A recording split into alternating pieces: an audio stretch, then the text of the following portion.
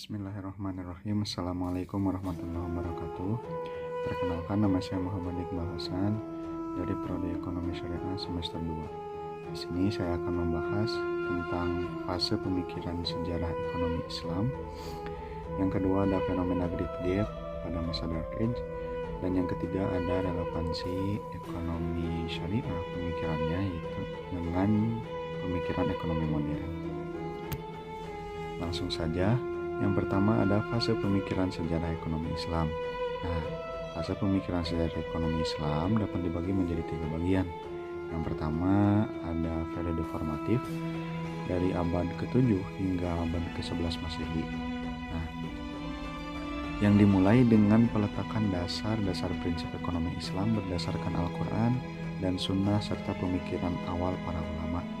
Nah, yang kedua yaitu periode perkembangan dan kematangan yang dimulai pada abad ke-11 hingga abad ke-15 Masehi, di mana para sarjana muslim mengembangkan lebih lanjut konsep-konsep ekonomi, membahas isu-isu seperti pasar, uang, dan peran negara dalam ekonomi, serta memberikan kontribusi signifikan dalam bidang etika, bisnis, dan keuangan. Nah, yang ketiga yaitu periode stagnasi dan kebangkitan kembali yang dimulai pada abad ke-15 hingga saat ini, yang ditandai dengan relatif kurangnya inovasi teoritis hingga munculnya kembali minat dan upaya revitalisasi ekonomi Islam di era modern sebagai respon terhadap tantangan ekonomi kontemporer. Nah, yang kedua yaitu adalah yang saya akan bahas, yaitu fenomena Great Gap.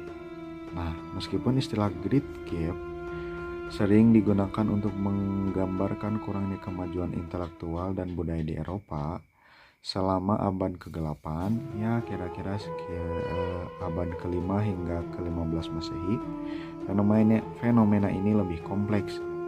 Eropa mengalami fragmentasi publik, penurunan perdagangan, dan hilangnya pengetahuan klasik. Namun, inovasi dan perkembangan lokal tetap terjadi, terutama dalam bidang pertanian dan teknologi militer. Sementara itu, dunia Islam mengalami zaman keemasan, ya seperti yang kita bahas tadi ya, yaitu ya zaman dengan kemajuan yang signifikan dalam ilmu pengetahuan, filsafat, ekonomi, dan seni.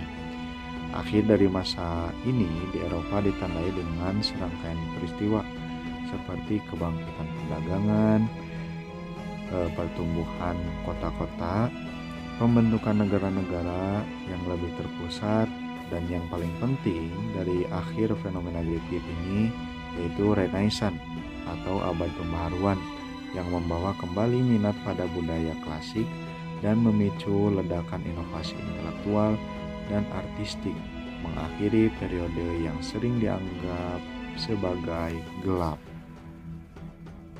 Dan yang ketiga yaitu pemikiran ekonomi Islam, relevansinya dengan pemikiran ekonomi modern.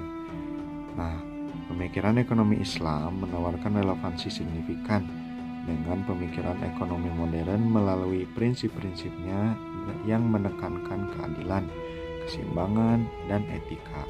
Contohnya seperti larangan riba atau bunga dalam ekonomi Islam memberikan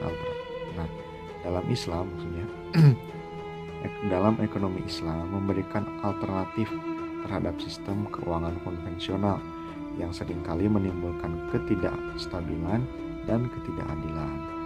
Nah, contoh yang lain yaitu konsep zakat dan sedekah memiliki relevansi dengan sistem perpajakan progresif dan filantropi modern dalam upaya mengurangi kesenjangan ekonomi. Selain itu, penekanan pada investasi yang bertanggung jawab secara sosial dan lingkungan dalam ekonomi Islam sejalan dengan tren keberlanjutan dan investasi etis dalam ekonomi modern. Dengan demikian,